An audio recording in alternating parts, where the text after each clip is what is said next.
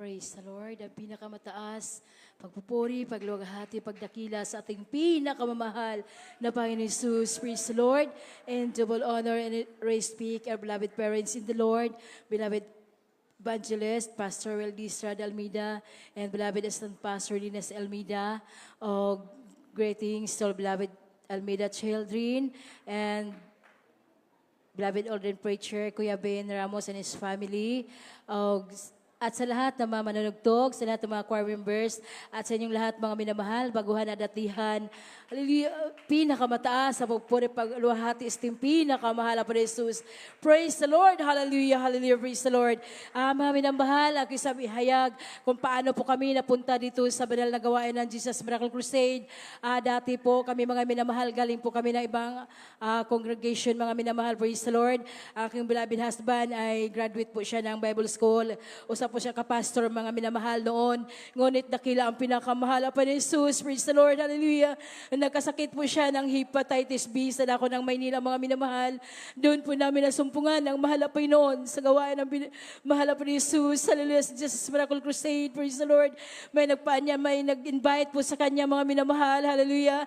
Na dumalo po kami sa Kunita Sordo, mga minamahal. Praise the Lord. Hallelujah. Dakila ito pinakamahal pa ni Jesus. Dahil pagpasok pa lang namin sa pintuan, mga minamahal, sumalubong na po sa amin na malamig na hangin. Praise the Lord, hallelujah. Hallelujah, praise the Lord. Pinagpala po kami, mga minamahal. Winelcome po kami sa banal na gawain ng mahal po ni Jesus. Hallelujah. Sa pagkatapos po ng banal na gawain ng mahal po noon, tumanggap po ng bautismo sa tubig aking beloved husband, mga minamahal. Hallelujah. Tunay nga po nga, pinagaling po ang karamdaman ng aking beloved husband, mga minamahal. Wala pong gamot na ginagamit, mga minamahal. Praise the Lord, hallelujah. Saunat na langit natin, beloved pastor. Praise the Lord. Pinagaling po ang kanyang karamdaman, mga minamahal. Praise the Lord. Tunay nga po kami pinagpala na mahal pa noon dahil binago rin po ang aming buhay, mga minamahal. Praise the Lord.